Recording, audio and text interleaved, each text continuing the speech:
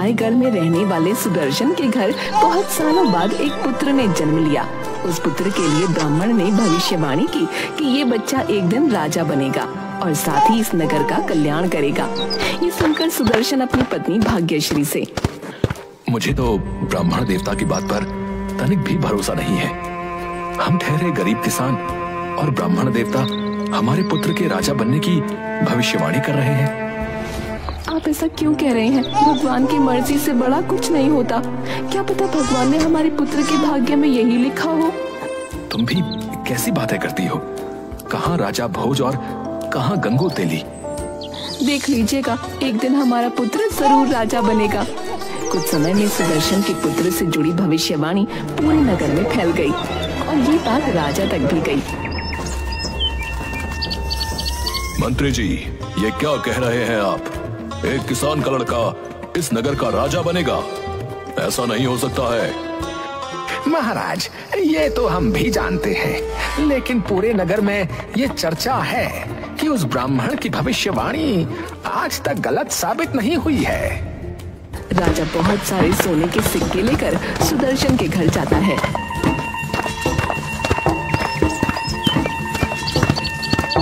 महाराज की जय हो। हम तो धन्य हो गए जो आप स्वयं पधारे। मैं तुम्हारे पास एक प्रस्ताव लेकर आया हूँ। महाराज, आज्ञा दीजिए। तुम ये सोने के सिक्के ले लो और बदले में अपना पुत्र हमें दे दो। नहीं नहीं महाराज, आप ये क्या कह रहे हैं? ये पुत्र हमें बड़ी मन्नतों के बाद मिला है। हम कैसे अपना पुत्र आपको दे दें? अगर तुम ये सिक्के लेकर अपना पुत्र नहीं दोगे तो हम तुम्हारे सामने तुम्हारे पुत्र का वध कर देंगे और तुम दोनों को आजीवन कारावास में बंदी बना देंगे। नहीं महाराज, हम आपकी प्रजा हैं। आप ऐसा अनर्थ नहीं कर सकते हैं। मेरे इस नन्हे से पुत्र ने आपका क्या बिगाड़ा है? हमने सुना है कि तुम्हारा पुत्र आगे आने वाले समय में हमारे राज्य का राजा बनेगा। नहीं महाराज, मैं इस बात को नहीं मानता। आप फिक्र मत कीजिए, मैं ऐसा कुछ भी नहीं होने दूंगा। मैं हमेशा मुसीबत को जड़ से खत्म करता हूँ, इसलिए ना तुम्हारा पुत्र यहाँ रहेगा और ना ही इस नगर का राजा बनेगा। अब तुम खुद निर्णय ले लो, तुम्हें अपना पुत्र जीवित रखना है या अपने सामने उसकी मृत्यु होते देखोगे। राजा बड़ा ही दुष्ट था। नगर के लोग उससे खुश नहीं थे, लेकिन उसके आगे मजबूर थे। सुदर्शन और उसकी पत्नी राजा की बात से डर गए। ठीक है महाराज, अगर ऐसी बात है तो आप हमारा पुत्र ले लीजिए, लेकिन हमारी आपसे विनती है कि आप इसके प्राण मत लीजिएगा। तुम समझदार हो जो तुमने ये फैसला लिया। अपना पुत्र मुझे दे दो और ये सोने के सिक्के तुम रख लो। नहीं महाराज, मैं अपना पुत्र आपको इन सिक्कों के बदले नहीं दे रहा, बल्कि उसकी प्राणों की रक्षा के लिए दे रहा हूँ।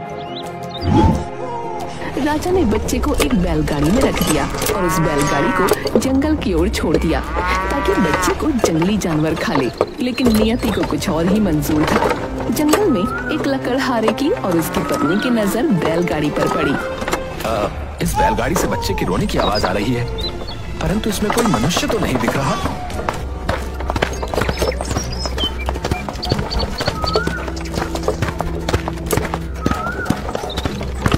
लकड़हारा बैलगाड़ी को रोकता है और बच्चे को उसमें से बाहर निकालता है। ये किसका बच्चा है? कितना सुंदर है। इसके चेहरे का तेज तो देखो, क्या चमक है इसके चेहरे पर। जरूर किसी ऊंचे कुल का है, लेकिन इसे बैलगाड़ी में किसने छोड़ दिया? मुझे लगता है ये बच्चा ईश्वर ने हमारे लिए भेजा है। हम इतने सालों से बच्चे के लिए तरस रहे थे, आज हमारी इच्छा पूरी हुई। सही कहा आपने, हम इसे अपने बच्चे की तरह रखेंगे। लकड़हारा और उसकी पत्नी उस बच्चे का नाम आदित्य रखते हैं। समय के साथ आदित्य बड़ा हो गया। बेटा आदित्य, अब बारिश का मौसम आने वाला है, हमें ज्यादा लकड़ियां काट कर लानी होंगी। जी पिताजी, परंतु अब आप लकड़ियां लेने जंगल में नहीं जाया करेंगे, मैं अकेला ही जाऊंगा। नहीं बेटा, अभी मैं इतना बूढ़ा नहीं हुआ हूँ। चलो हम दोनों चलते हैं ताकि कम समय में ज्यादा लकड़ियां काट कर ला सकें।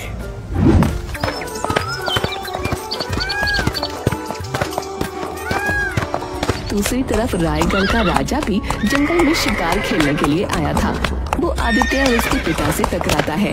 आदित्य को देखकर राजा पहचान जाता है कि ये वही लड़का है जिसे उसने बैलगाड़ी में रखकर जंगल में छोड़ा था, क्योंकि आदित्य के माथे पर एक त्रिशूल का निशान था।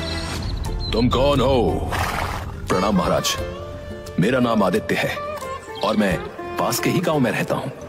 मैं रायगढ़ नगर का राजा हूँ और यहाँ शिकार के लिए आया हूँ, परंतु मुझे अपनी रानी को एक बहुत जरूरी संदेश भेजना है। क्या तुम मेरा संदेश रानी तक पहुँचाने में हमारी मदद करोगे? महाराज, ये तो मेरा सौभाग्य होगा।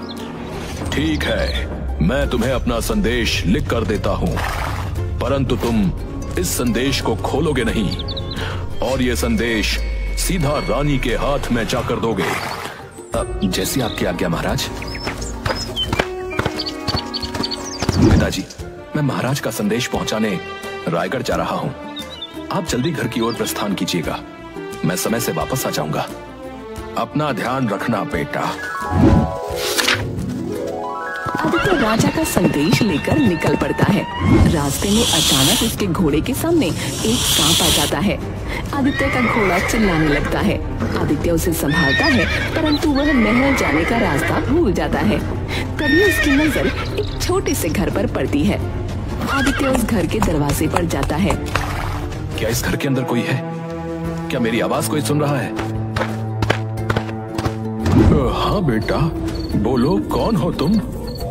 जी, मेरा नाम आदित्य है और मैं इस नगर के राजा का जरूरी संदेश देने राजमहल जा रहा था, परंतु मैं रास्ता भूल गया हूँ। क्या आप मेरी मदद कर सकते हैं? हाँ, तुम अंदर आ सकते हो और कल सुबह मैं तुम्हें महल का रास्ता बता दूंगा। आदित्य घर के अंदर जाता है और रोशनी पड़ते ही वो व्यक्ति और उसकी पत्नी आदित्य को पहचान जाते हैं, क्योंकि वो व्यक्ति कोई और नहीं सुदर्शन होता है।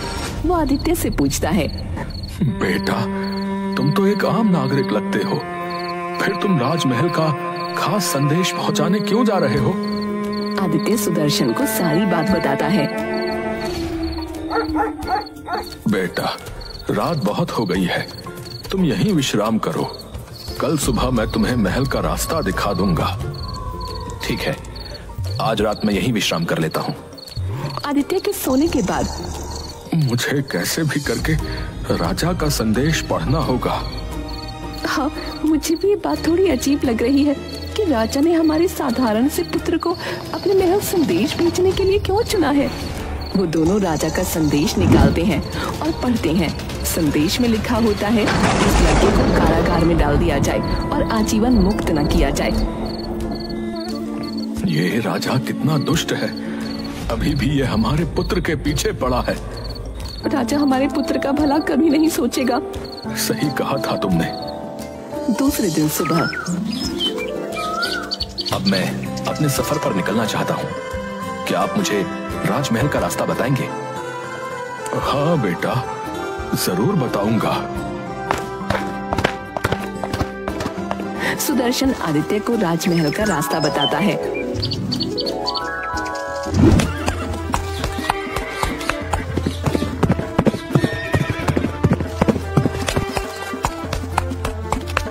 राजमहल पहुंचकर आदित्य राजा का संदेश रानी के हाथों में देता है। संदेश पढ़कर रानी राजकुमारी को बुलवाती है। पुत्री चंद्रलेखा, तुम्हारे पिता ने इस युवक को ये पत्र लेकर भेजा है। वो चाहते हैं कि तुम्हारा विवाह इस युवक के साथ हो जाए। क्या तुम्हें ये युवक पसंद है? चंद्रलेखा आदित्य की ओर देखती है और हाँ में सिर हिलाती है। मंत्री जी, महाराज के आदेशानुसार राजकुमारी का विवाह इस युवक से कर दिया जाए। आज ही आप विवाह की तैयारी कीजिए। जी महारानी जी। पुत्र, क्या तुम्हें अपने विवाह में किसी को नहीं बुलाना है? महारानी, मेरे माता पिता तो बहुत दूर हैं। अगर मैं उनको बुलाने के लिए संदेश भेजूंगा तो समय लगेगा। क्या ये विवाह एक दिन बाद किया जा सकता है? नहीं, महाराज के आदेश के अनुसार ये विवाह आज ही होना है। अगर तुम्हारा कोई रिश्तेदार यहाँ है तो तुम उन्हें संदेश भेज सकते हो। जी, मेरे एक जानने वाले यही पास में हैं, लेकिन उन्हें बुलाने मैं स्वयं जाऊंगा। ठीक है, परंतु समय से आ जाना, तब तक हम विवाह की तैयारी करते हैं। आदित्य सुदर्शन और भाग्यश्री के पास जाता है और उन्हें सारी बात बताता है। मेरे माता पिता तो यहाँ से बहुत दूर है, मैं उन तक तो अभी नहीं पहुँच सकता हूँ और ना ही संदेश भेज सकता हूँ। कल आप दोनों ने मेरे माता पिता की तरह ही मेरी देखभाल की, इसलिए मैं चाहता हूँ कि आप दोनों मेरे विवाह में मेरे साथ हों। भाग्यश्री सुदर्शन की ओर देखती है। जरूर, हम तुम्हारे विवाह में जरूर चलेंगे। सुदर्शन, ये सब कैसे हुआ? उस दुष्ट राजा के आदेश अनुसार तो हमारे पुत्र को कारावास में डालने की बात लिखी थी ना? तुम ही तो कहती हो, ऊपर वाले की मर्जी हो तो कुछ भी हो सकता है। बस उसी ऊपर वाले की मर्जी से मैंने वो पत्र बदल दिया था। अब हमारे पुत्र का विवाह इस राजा की पुत्री के साथ होगा, जिसके बाद हमारा पुत्र इस राज्य का राजा बन जाएगा। महारानी आदित्य और चंद्रलेखा का विवाह करा देती है। जब राजा वापस आता है तो उसे इस विवाह के बारे में पता चलता है, लेकिन वो अपने दामाद को कारागार में नहीं डाल सकता था, इसलिए उसने एक दूसरी युक्ति सोची। मुझे अपनी पुत्री के बारे में ये सच्चाई तुम्हें विवाह से पहले ही बता देनी चाहिए थी, परंतु मैं जब से आया हूँ मुझे नींद नहीं आ रही कि मैंने जो किया वो गलत किया। क्या बात है महाराज, आप क्यों परेशान हैं? मेरी पुत्री को एक अभिशाप है कि विवाह के 7 दिन बाद उसकी मृत्यु हो जाएगी। ये शाप किसने दिया और क्या इसका कोई उपाय नहीं है? उपाय तो है, लेकिन मैं तुम्हें वहां नहीं भेज सकता। महाराज, आप मुझे सिर्फ उपाय बताइए, मैं अपनी पत्नी के प्राणों की रक्षा के लिए कुछ भी करूंगा। दुर्जनपुर में एक राक्षस है जिसके 2 दांत सोने के हैं। अगर वो सोने के दांत लाकर मेरी पुत्री को दिए जाएं, तो वो शाप मुक्त हो जाएगी। महाराज, मैं जरूर जाऊंगा, लेकिन इसमें प्राणों को खतरा है। चाहे कुछ भी हो, मैं अपनी पत्नी के लिए अवश्य जाऊंगा। आदित्य अपनी पत्नी को शाप मुक्त करने के लिए दुर्जनपुर की ओर निकल पड़ता है।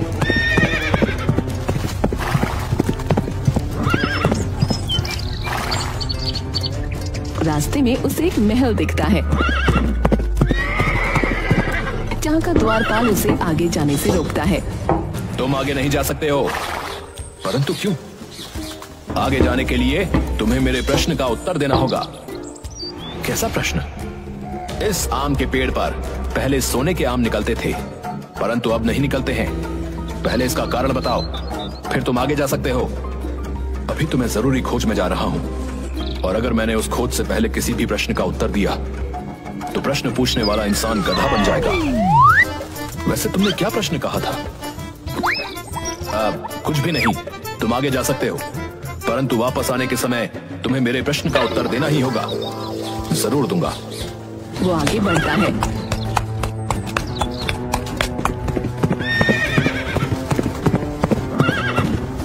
रास्ते में उसे एक नदी पार करनी होती है, जहाँ नौका में एक आदमी बैठा होता है। भाई, क्या आप मुझे नदी के उस पार छोड़ देंगे? छोड़ दूंगा, परंतु तुम्हें पहले मेरे एक प्रश्न का उत्तर देना होगा। कैसा प्रश्न? मैं इतने सालों से इस नौका में ही बैठा हुआ हूँ, कितनी भी कोशिश करता हूँ, परंतु ये चप्पू मेरे हाथ से छूटता ही नहीं। इसका कारण बताओ। मैं आपके प्रश्न का उत्तर जरूर देता, परंतु अभी मैं एक बहुत जरूरी खोज में जा रहा हूँ, और अगर उस खोज के पहले मैंने किसी भी प्रश्न का उत्तर दिया तो उस प्रश्न को पूछने वाला व्यक्ति गधा बन जाएगा। क्या आपको आपके प्रश्न का उत्तर अभी चाहिए? नहीं नहीं, पहले तुम अपना कार्य पूरा कर लो, फिर मुझे मेरे प्रश्न का उत्तर देना। परंतु वापस आते समय अगर तुमने मेरे प्रश्न का उत्तर नहीं दिया तो मैं तुम्हें नदी नहीं पार कराऊंगा। मैं आपके प्रश्न का उत्तर जरूर दूंगा। आदित्य को नदी पार कराता है।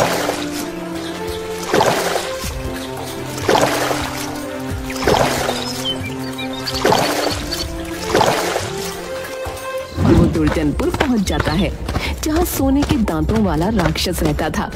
उसकी गुफा के बाहर आदित्य को एक बूढ़ी औरत दिखती है। आप कौन है माताजी? पहले तुम बताओ तुम कौन हो, यहाँ क्या कर रहे हो? जी मेरा नाम आदित्य है और मैं यहाँ सोने के दांतों वाले राक्षस से मिलने आया हूँ। अच्छा, तो तुम मेरे पुत्र अहिरावण से मिलने आए हो? वो राक्षस आपका पुत्र है? हाँ, वो मेरा पुत्र है, लेकिन क्या तुम्हें नहीं पता वो इंसानों को जीवित नहीं छोड़ता। तुम क्यों आए हो यहाँ? आदित्य सारी बात बताता है।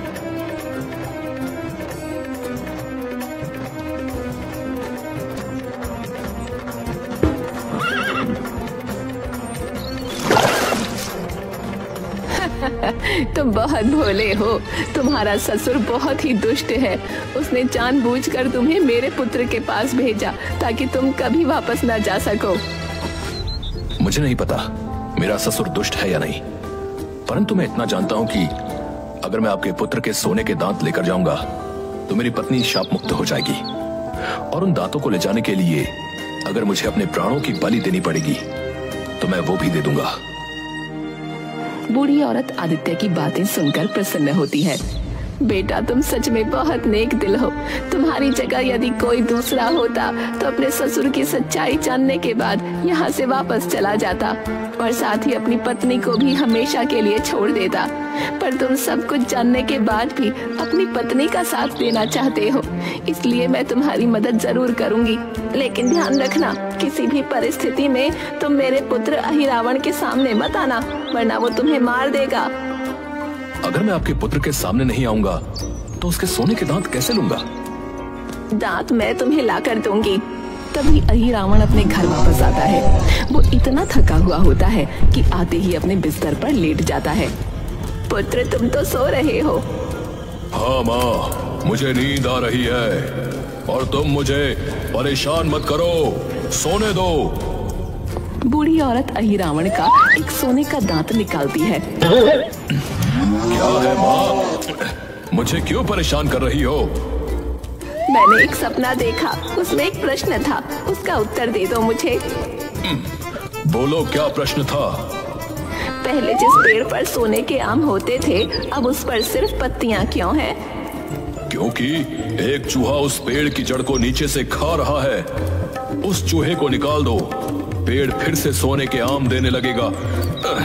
तुम मुझे सोने दो माँ। बूढ़ी औरत अहिरावण का दूसरा दांत निकालती है। अब क्या हुआ माँ? अब तो मैंने तुम्हारे प्रश्न का उत्तर दे दिया। एक और प्रश्न है। बोलो, तुम जब तक अपने प्रश्नों का उत्तर नहीं ले लोगी मुझे सोने नहीं दोगी। एक व्यक्ति नदी में नाव चला रहा है। वो लाख कोशिश करता है, फिर भी उसके हाथ से चप्पू छूटता ही नहीं। क्योंकि वो चप्पू शापित है। अगर वो व्यक्ति चप्पू को छोड़ना चाहता है तो उसे वो चप्पू किसी और व्यक्ति के हाथों में देना होगा। अब हो गए तुम्हारे सारे प्रश्न खत्म। अब तो मैं सो सकता हूँ। हाँ बेटा, अब तू आराम से सो जा और मैं भी सो जाती हूँ। बूढ़ी औरत आदित्य को अहिरावण के 2 सोने के दांत देती है और आदित्य उन्हें प्रणाम करके जल्दी से वहाँ से निकल जाता है। नदी के तट पर। आ गए तुम वापस।